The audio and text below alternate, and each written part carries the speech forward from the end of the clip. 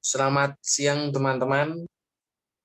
Kami dari kelompok 1 materi pilihan ganda ingin mempresentasikan hasil diskusi dan hasil kerjasama dari kelompok kami yang beranggotakan saya, Norbertus Bayu Adi Nugroho, NIM 191134013, dan Saya, Yohana Kartika Dewi, NIM 191134038.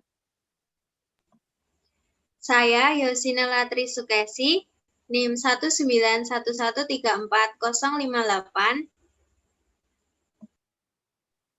Saya Feliciana Flora Syukur dengan NIM 191134133. Saya Siska Beto Rizky Kein dengan NIM 191134228.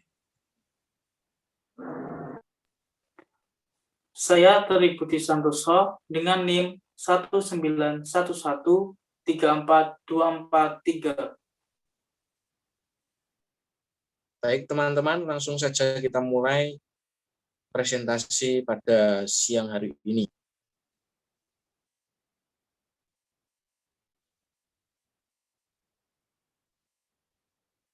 Definisi dan karakteristik pilihan ganda. Tes pilihan ganda atau multiple choice test, yaitu tes di mana setiap butir soalnya memiliki jumlah alternatif jawaban lebih dari satu. Tes pilihan ganda memiliki option atau pilihan jawaban yang lebih dari satu. Dari masing-masing option tersebut akan ada salah satu jawaban yang paling tepat dan benar. Selanjutnya, dilihat dari strukturnya, bentuk soal pilihan ganda terdiri atas stem, yaitu pernyataan yang berisi permasalahan yang akan ditanyakan. Biasanya stem ini adalah sebuah soal atau sebuah permasalahan yang ditanyakan. Selanjutnya adalah option, yaitu sejumlah pilihan atau alternatif jawaban. Option adalah nama lain dari jawaban. Yang ketiga adalah kunci, yaitu jawaban yang benar atau yang paling tepat. Yang keempat, distraktor atau pengecoh, yaitu jawaban-jawaban lain selain kunci jawaban. Jadi selain kunci jawaban itu, di bagian option pasti ada sebuah jawaban pengecoh atau jawaban yang mirip dengan jawaban yang benar. Tes pilihan ganda adalah bentuk tes objektif yang mempunyai ciri utama, kunci jawaban jelas dan pasti sehingga hasilnya dapat diskor secara objektif. Penilaian tes secara pilihan ganda adalah salah satu tes yang dapat diuji di jawabannya.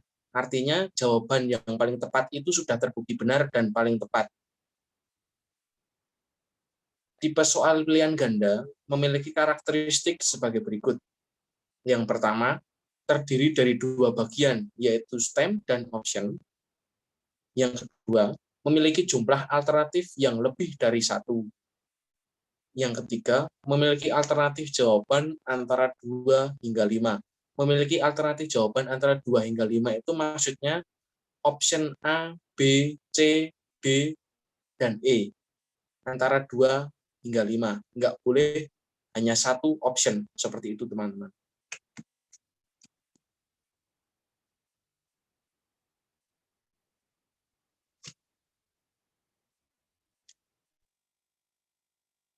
Baik teman-teman, di sini ada prinsip pembuatan soal tes pilihan ganda.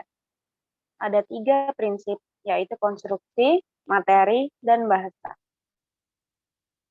Mari kita perhatikan poin-poin dalam konstruksi, yaitu pokok soal harus dirumuskan secara jelas dan tegas.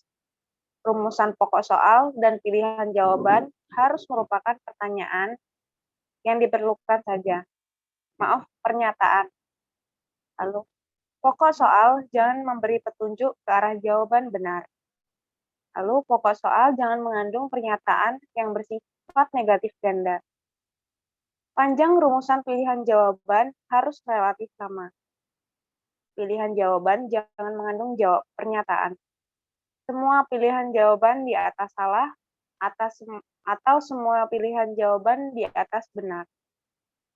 Pilihan jawaban yang berbentuk angka atau waktu harus disusun berdasarkan urutan besar kecilnya nilai angka tersebut atau kronologisnya. Gambar, grafik, tabel, diagram, dan sejenisnya yang terdapat pada soal harus jelas dan berfungsi. Yang terakhir, butir soal jangan bergantung pada jawaban soal sebelumnya. Lalu kita lihat pada materi, poin-poinnya yaitu soal harus sesuai dengan indikator. Pilihan jawaban harus homogen dan logis ditinjau dari segi materi. Yang terakhir, setiap soal harus mempunyai satu jawaban yang benar atau yang paling benar. Yang terakhir dari prinsip pembuatan soal tes pilihan ganda ini adalah bahasa. Mari kita perhatikan lagi poin-poin dalam bahasa. Yaitu, setiap soal harus menggunakan bahasa yang sesuai dengan kaidah bahasa Indonesia. Lalu jangan menggunakan bahasa yang berlaku setempat jika soal akan digunakan untuk daerah lain atau nasional. Setiap soal harus menggunakan bahasa yang komunikatif. Dan yang terakhir, setiap pilihan jawaban jangan mengulang kata atau frase yang bukan merupakan satu kesatuan pengertian. Next.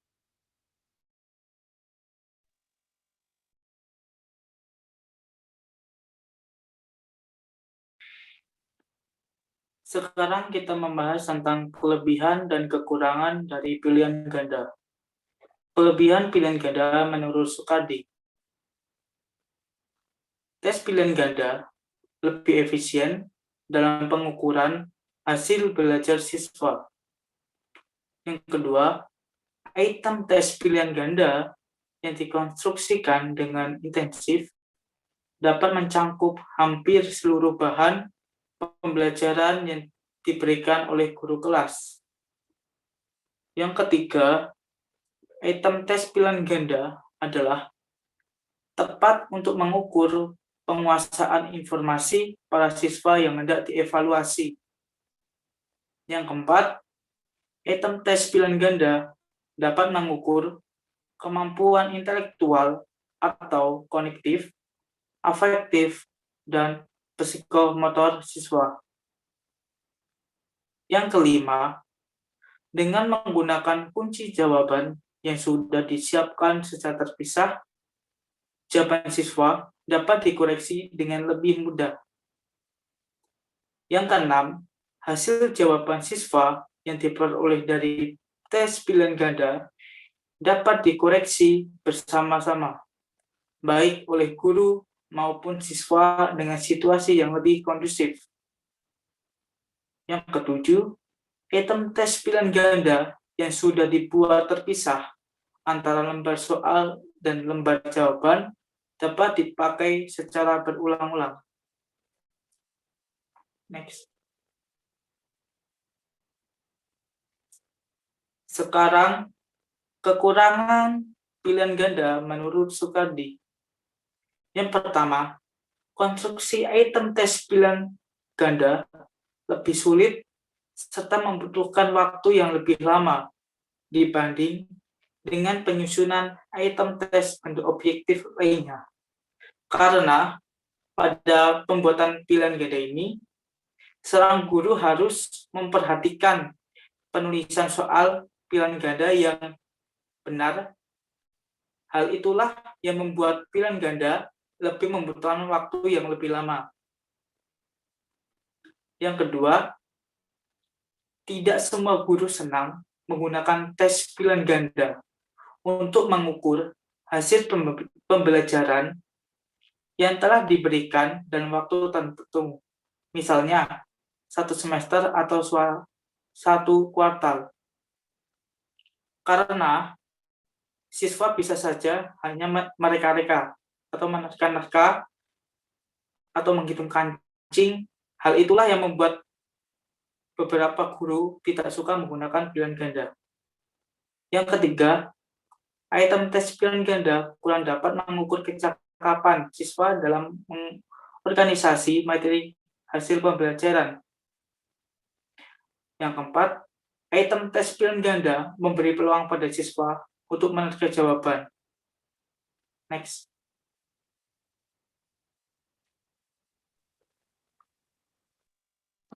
Selanjutnya, untuk penulisan item tes pilihan ganda. Yang pertama itu ada materi.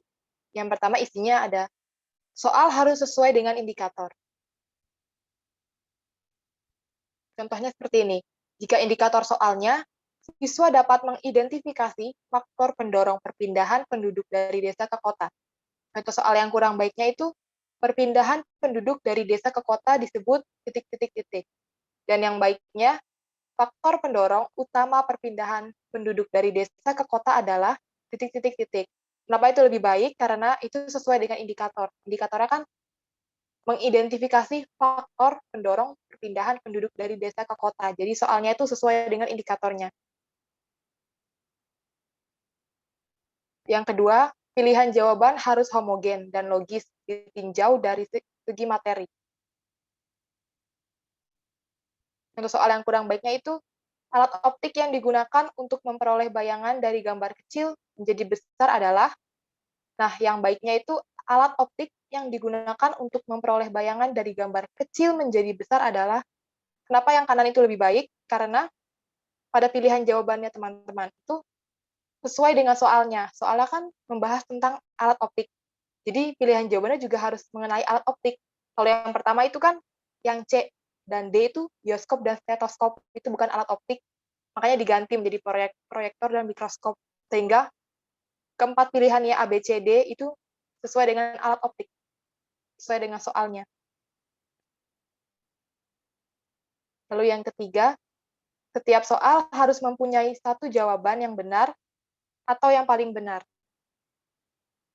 Ada seperti ini. Yang kurang baik itu, cara perkembangbiakan pohon karet adalah dengan ada biji, batang, okulasi, umbi. Dimana kita ketahui, karet itu bisa okulasi dan bisa umbi. Maka dari itu yang lebih baiknya itu, sebelah kanan, cara perkembangbiakan pohon karet adalah dengan A, biji, B, batang, C, cangkok, dan D, umbi. Jadi salah satu pilihan tuh dihilangkan. Itu kan ada dua yang benar, okulasi sama umbi. Nah, yang sebelah kanan itu diganti cangkok. Jadi jawabannya adalah D, umbi. Yang keempat, pokok soal harus dirumuskan secara jelas dan tegas. Contoh soal yang kurang baik itu sinar X, titik-titik-titik. Sedangkan yang baiknya itu, pernyataan di bawah ini yang merupakan sifat dari sinar X adalah, nah teman-teman bisa lihat sendiri ya, itu yang kurang baik itu pertanyaannya tuh kurang jelas apa gitu. Sedangkan yang kanan itu jelas, pernyataan di bawah ini yang merupakan sifat dari sinar X adalah, yang kurang baik itu kurang lengkap soalnya. Lalu yang kelima, rumusan pokok soal dan pilihan jawaban harus merupakan pernyataan yang diperlukan saja. Contohnya seperti ini. Yang kurang baik itu prinsip kerja mata hampir sama dengan kerja kamera, karena tersusun atas berbagai macam alat. Begitu halnya dengan mata. Bagian mata yang mengatur banyaknya cahaya yang masuk adalah titik-titik-titik. Sedangkan yang baik, bagian mata yang mengatur banyaknya cahaya yang masuk adalah, nah itu kenapa disebut lebih baik? Karena pada yang kurang baik itu ada pernyataan yang tidak penting. Itu kan ada bahas kerja kamera ya. Itu kan kayak tidak nyambung dengan materi gitu teman-teman. Jadi kalau mata ya mata aja, langsung aja ke pertanyaannya gitu, bagian mata. Gak usah disambung-sambungin dengan kamera gitu. Karena dia jadi gak nyambung. Dan yang keenam, pokok soal jangan memberi petunjuk ke arah jawaban benar. Nah ini, yang kurang baik, pembangkit tenaga listrik di Sigura-gura merupakan PLTA yang menggunakan tenaga titik-titik-titik. Pernyataan PLTA sudah menunjukkan jawabannya teman-teman, karena sudah jelas ya PLTA itu, A itu air. Jadi pasti siswa sudah tahu jawabannya itu air gitu. Nah yang baiknya itu, pembangkit tenaga listrik di Sigura-gura menggunakan tenaga seperti itu. Jadi dia di soal itu nggak menunjukkan jawaban yang benar.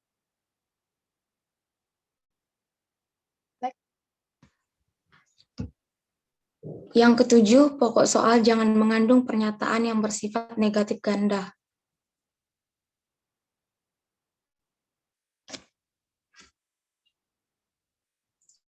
Nah, bisa dilihat dari contoh soalnya yang kurang baik dan baiknya, di mana contoh soal yang kurang baik ini mengandung kalimat negatif ganda, yaitu tidak dan kecuali. Sedangkan yang baik ini tidak mengandung pernyataan negatif ganda.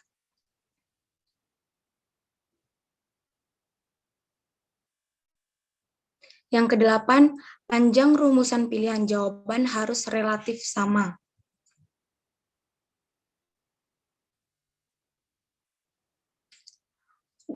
Pada contoh soal kurang baik ini, kita bisa lihat pada jawaban B, daun teh yang masih kuncup, di mana jawabannya ini tidak relatif sama, berbeda dengan contoh soal yang baik. Contoh soal yang baik itu jawabannya relatif sama, yaitu kopi, teh, jagung, padi.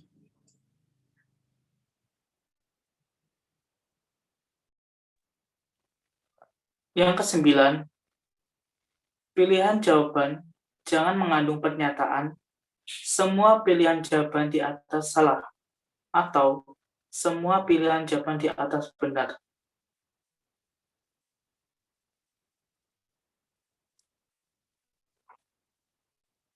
Pada kedua soal ini terdapat soal yang kurang baik dan soal yang baik. Soal yang kurang baik itu adalah bagian kiri, karena bagian kiri itu kalau dilihat dari optionnya A, B, C, D, itu ada kalimat, ada option D, itu semua pilihan di atas salah. Berarti dapat dibuktikan bahwa yang A, B, C itu salah. Maka siswa dapat menebak bahwa jawaban yang benar itu adalah yang D. Next.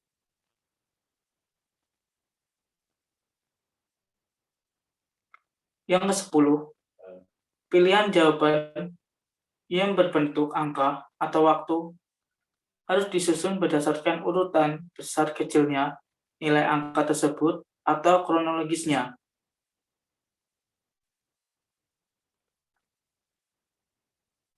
Pada kedua soal ini terdapat soal yang kurang baik dan soal yang baik. Soal yang kiri itu adalah soal yang kurang baik karena pada option A, B, C, D itu urutannya tidak dari kecil ke besar atau ke besar ke kecil.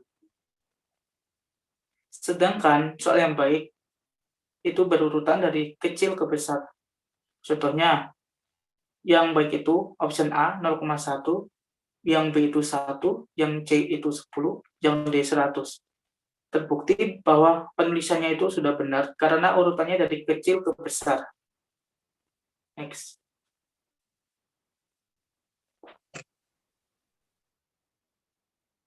Yang ke-11, gambar, grafik, tabel, diagram, dan sejenisnya yang terdapat pada soal harus jelas dan berfungsi.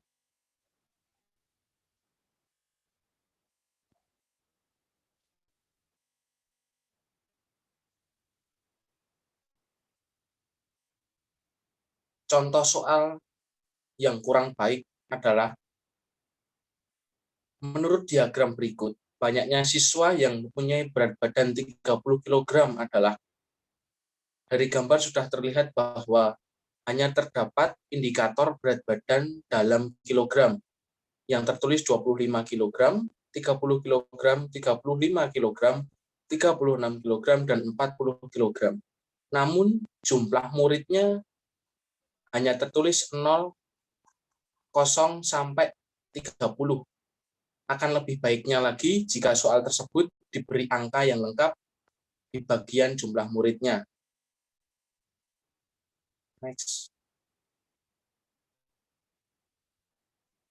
Butir soal jangan bergantung pada jawaban soal sebelumnya.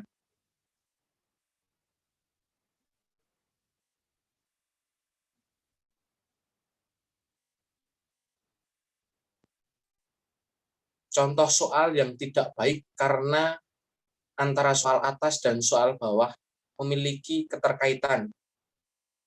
Contoh yang kurang baik adalah zat yang diperlukan untuk proses pembakaran adalah titik-titik. soal yang kedua adalah berapa persen zat yang merupakan jawaban soal nomor 1 di atas terdapat di udara sekitar kita. Teman-teman mungkin sudah bisa melihat bahwa adanya keterkaitan antara soal yang atas dengan yang bawah. Akan sangat merugikan jika siswa yang menjawab di atas sudah salah. Artinya harusnya hanya satu nomor yang salah, namun kedua-dua nomor tersebut bisa salah. Next.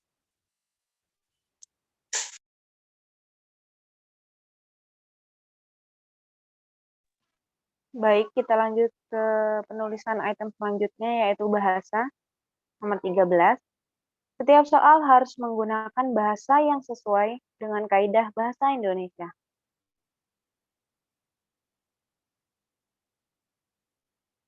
Di sini ada contoh soalnya. Kita lihat yang sebelah kiri. Bahasa Indonesia Kongresnya kedua diselenggarakan pada tahun ... Sedangkan yang sebelah kanan, Kongres Bahasa Indonesia yang kedua diselenggarakan tahun... Nah, teman-teman, sekilas kalian baca juga, pasti rasanya yang sebelah kiri tidak sesuai dengan kaidah bahasa Indonesia, bukan? Jadi, yang baik adalah yang sebelah kanan. Kita lihat yang sebelah kiri sangat berantakan. Beda dengan yang sebelah kanan. Jadinya yang baik adalah yang sebelah kanan. Next.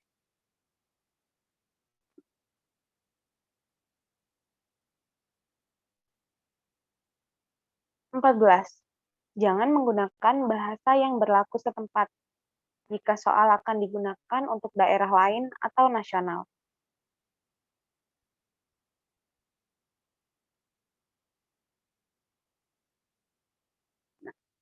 Tadi maksudnya bahasa yang berlaku setempat itu bahasa daerah di tempat itu ya teman-teman.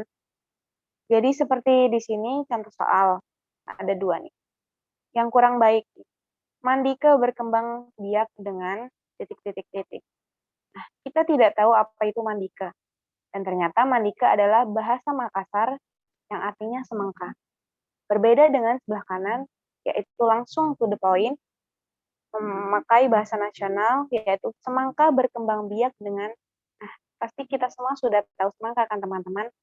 Jadi kurang baik jika memakai bahasa daerah untuk soal nasional. Next.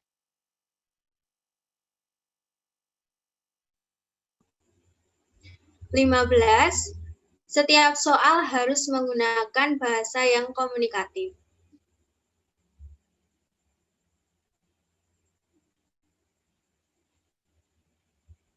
Bisa dilihat teman-teman, contoh soal ini kurang baik karena tumbuhan lebih tepat melakukan perkembangbiakan dan untuk reproduksi lebih tepat digunakan untuk manusia.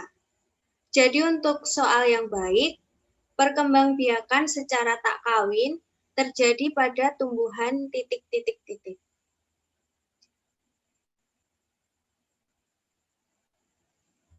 16.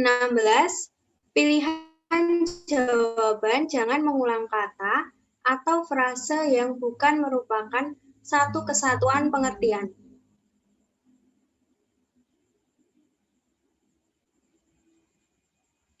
Contoh soal ini kurang baik karena terdapat pengulangan kata pada pilihan A, B, C, dan D, yaitu mengulang kata menentukan.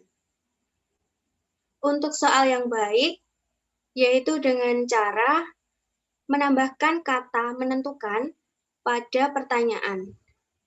Salah satu usaha pemerintah untuk melindungi konsumen dilakukan dengan cara menentukan ...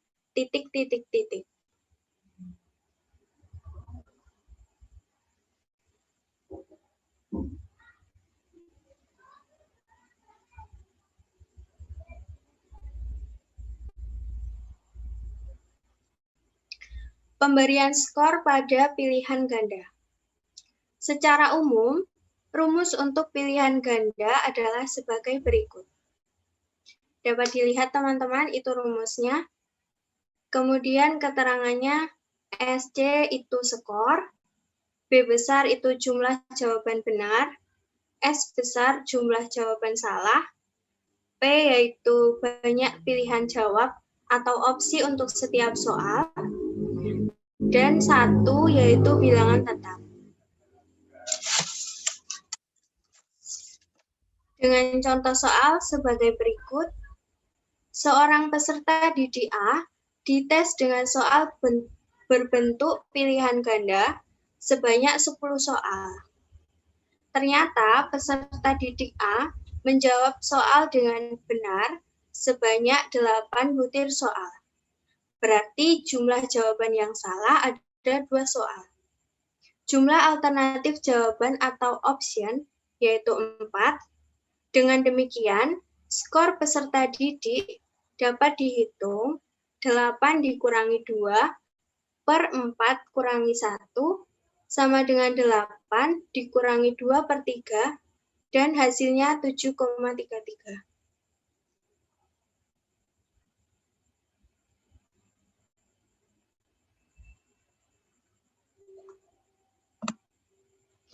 Rumus menurut Ainur Rafiq. Yang pertama, penskoran tanpa koreksi, yaitu penskoran dengan cara setiap butir soal yang dijawab benar mendapat nilai 1 bergantung pada bobot soal.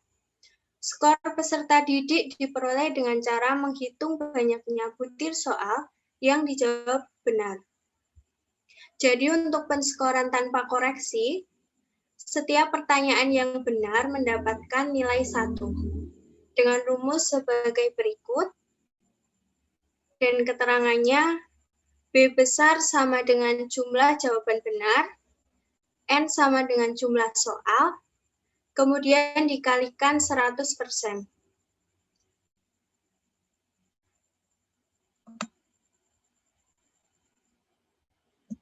Yang kedua, penskoran dengan butir beda bobot, yaitu pemberian skor dengan memberikan bobot berbeda untuk sejumlah soal. Biasanya bobot butir soal menyesuaikan dengan tingkatan kognitif atau pengetahuan, aplikasi, analisis, sintesis, dan evaluasi yang telah ditetapkan oleh guru. Jadi untuk penskoran dengan butir beda bobot, penskoran ini dapat dibedakan untuk sejumlah soal. Biasanya butir bobot untuk soal menyesuaikan dengan tingkatan kognitifnya. Berikut rumusnya, teman-teman. Dengan keterangan, B besar yaitu jumlah soal yang dijawab benar, B kecil bobot setiap soal, SI yaitu skor ideal atau skor yang mungkin dicapai jika semua soal dapat dijawab dengan benar.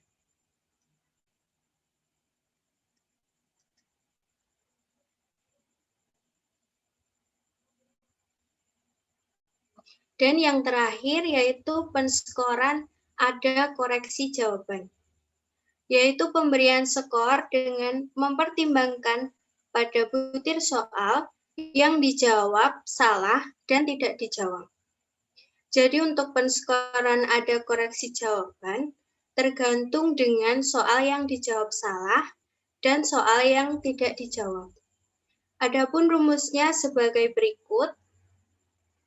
Dengan keterangan B besar sama dengan jumlah soal yang dijawab benar, S besar sama dengan jumlah soal yang dijawab salah, P besar sama dengan jumlah pilihan jawaban tiap soal atau option, dan 1 yaitu bilangan tetap, N jumlah soal, dengan catatan soal yang tidak dijawab diberikan skor 0.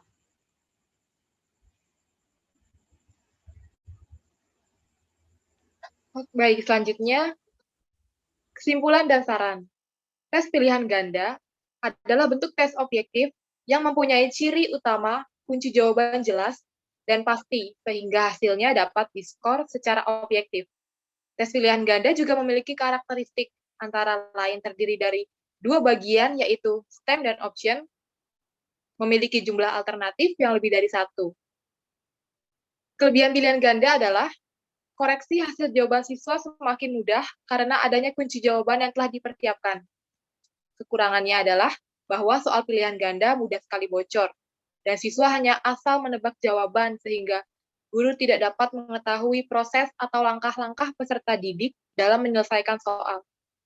Pada pembuatan soal pilihan ganda ini, terdapat prinsip-prinsip yang harus dicermati oleh setiap guru atau calon pendidik, yaitu dari segi materi, konstruksi, dan bahasa. Sehingga diharapkan guru dapat membuat soal yang baik serta bermanfaat untuk anak. Apalagi kita ya teman-teman sebagai calon pendidik. Oke, berikut ini daftar pustakanya teman-teman.